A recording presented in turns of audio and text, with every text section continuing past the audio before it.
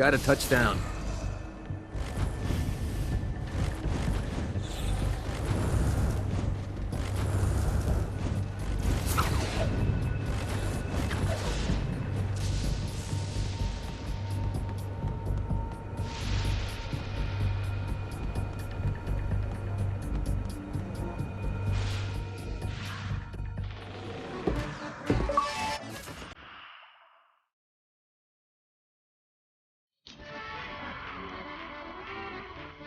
Abandoned ship! We've been boarded!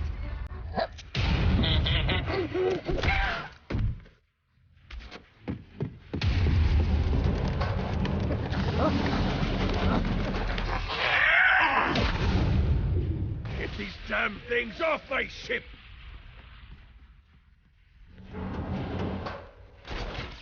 This is good for the soul.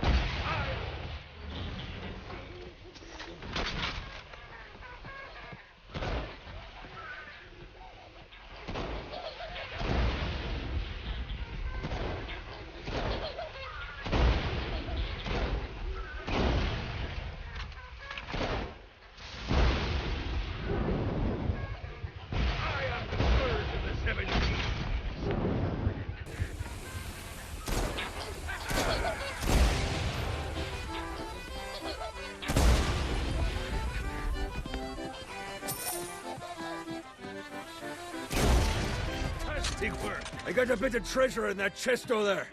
The weapon you find inside may help with our little imp problem.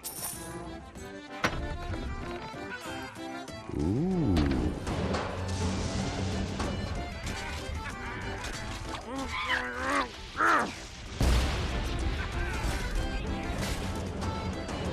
Well, you really didn't have a chance. Get it off! Get it off!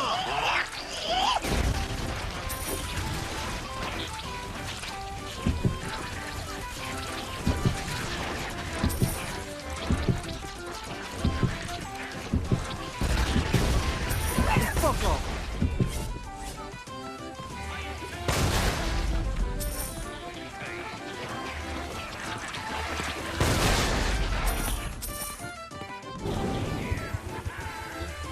I summoned these imps to serve as my crew. I forgot what a handful they could be. Once aboard, they wouldn't listen to their captain. They ran amok in the bowels of the ship.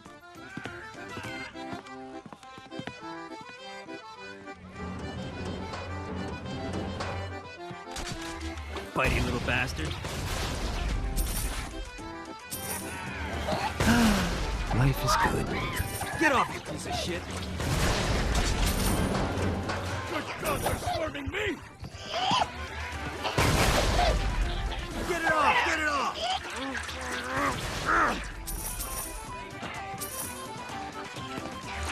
Hey, it's okay to drop the pirate voice. What pirate voice would that be? Wow.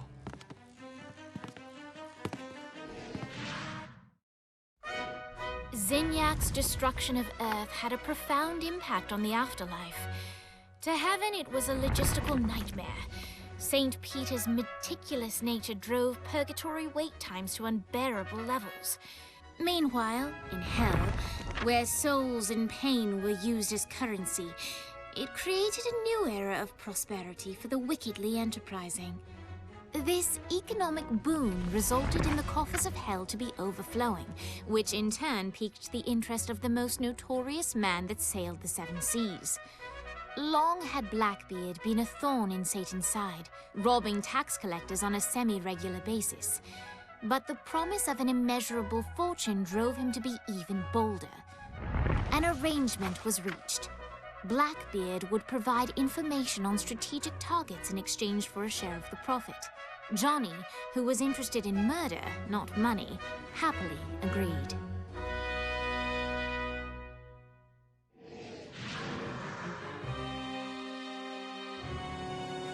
I grant ye the ability to summon my crew whenever they're needed.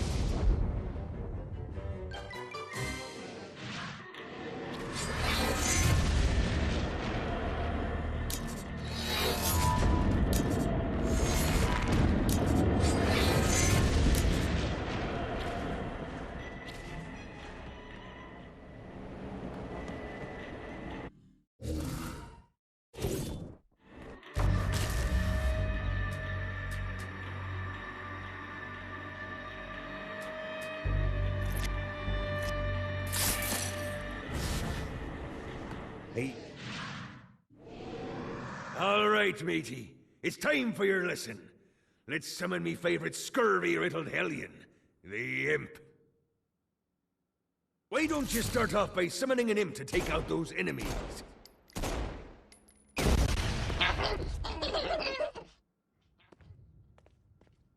There you go, matey. Now take down the other demon.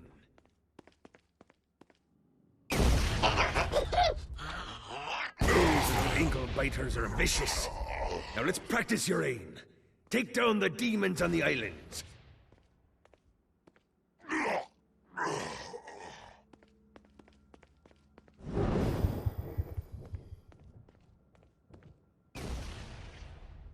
Few things are as rewarding as pressing someone into service, am I right? Now get going.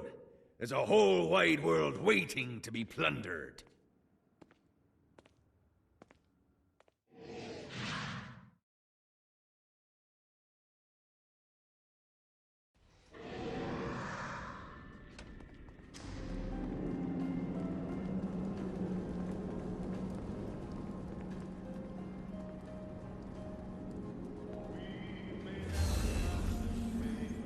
Don't mind if I do.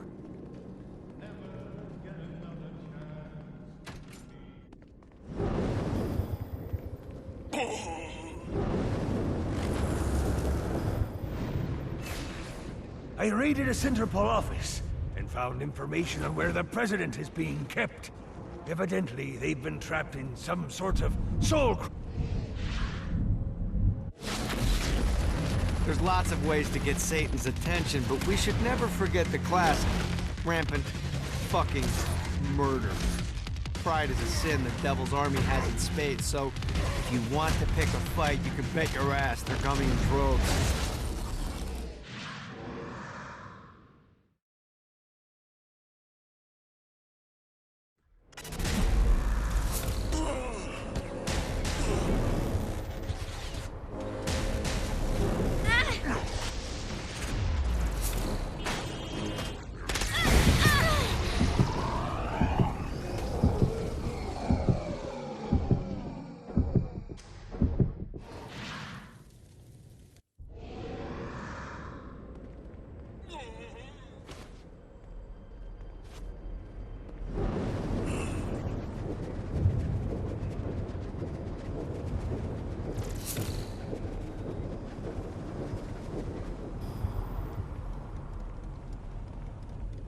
How you doing?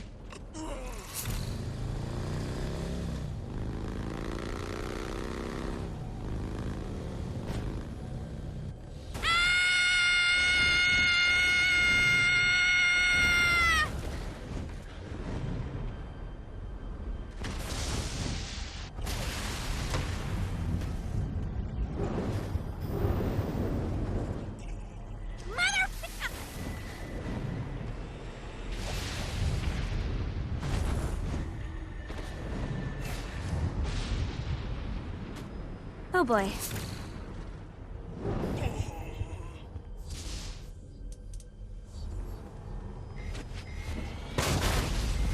Hope Johnny can keep up.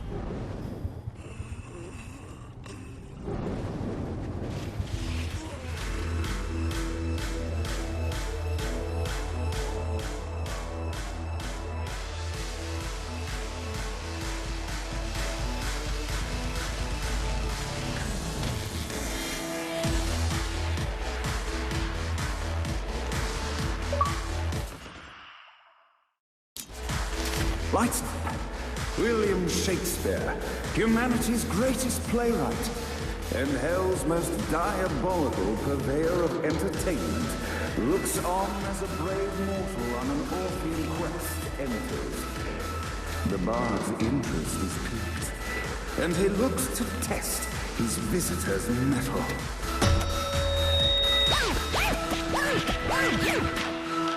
The masked tragedies were used to enemies cowering as they approached.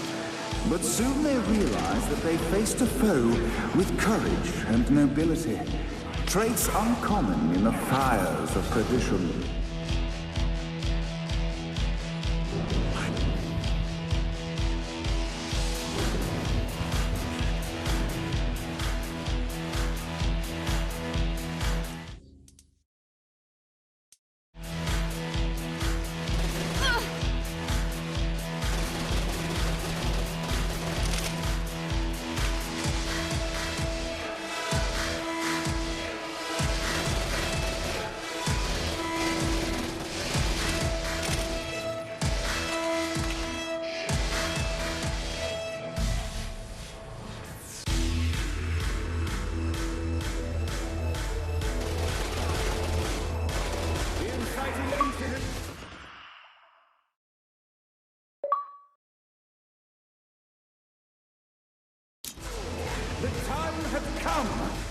For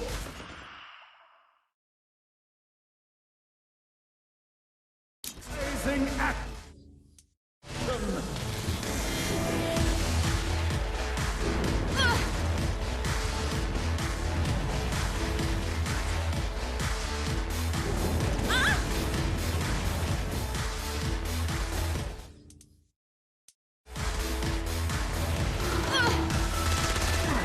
Who's tough now?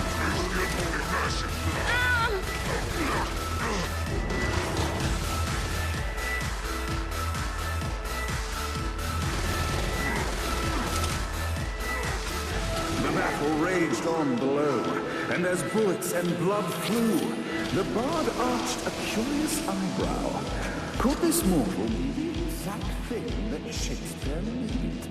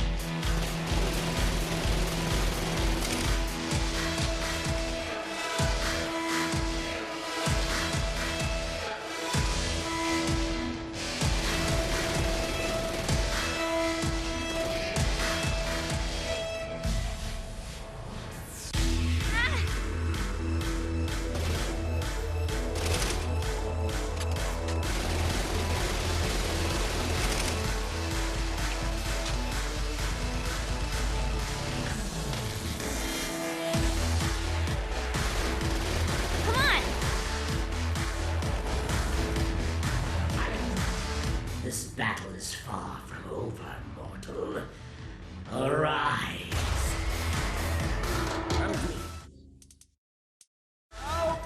Act 3!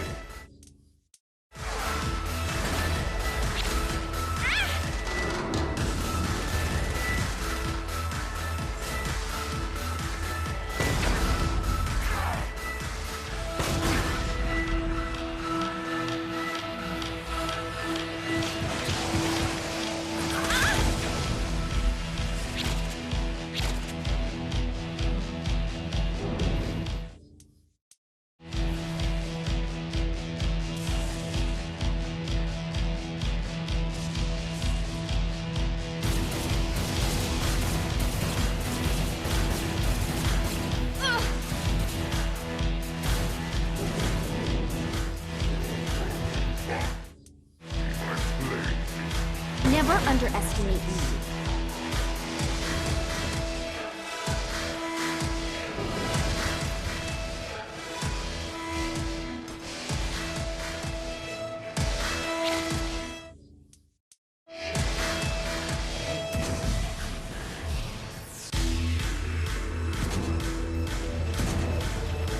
The conflict resolved, Shakespeare eagerly awaited meeting the champion that dispatched so many of his men. Undoubtedly, they were here for the bard's aid. And while happy endings were not a thing found in hell, Shakespeare always had a soft spot for comedies. In the land of the living, William Shakespeare is regarded as one of the most prolific playwrights of all time. However, to the denizens of hell, the bard is seen in a far different light. After selling his soul for fame and adoration, Shakespeare served in hell as Satan's spy master general. In doing his duty, Shakespeare would punish the souls he was investigating by forcing them to perform in grotesque passion plays for Satan's amusement. But in a Twelfth Night-esque twist, Shakespeare found himself living a double life. While he projected an image of cruelty, his heart was as soft as Jezebel's. In secret, he would tutor her on the classics and act out the works of his mortal days. When Satan found out, he cast Shakespeare out of the palace, believing that the poet would be tormented by the populace of hell, far out of Jezebel's sight. But Satan had not counted on the bard's cunning. Embracing his persona of master torturer, Shakespeare and his followers, the tragedies, took root in the entertainment district, biding their time for revenge.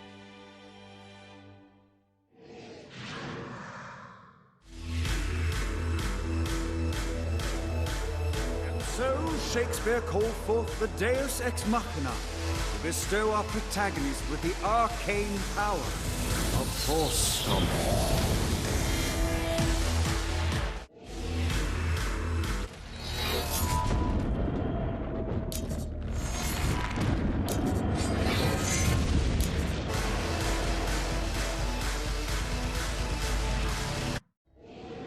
Lights up. The mortal stands in the training grounds, eager to try out his new Force Stomp power on the group of demons in front of them.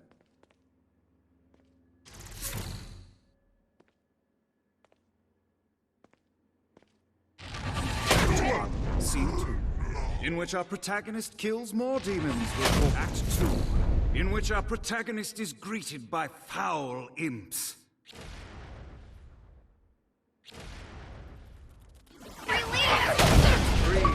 In which our protagonist learns that Force Stomp even works on flying enemies, enabling them to remove a Dark Inciter's shield before shooting them to death with bullets.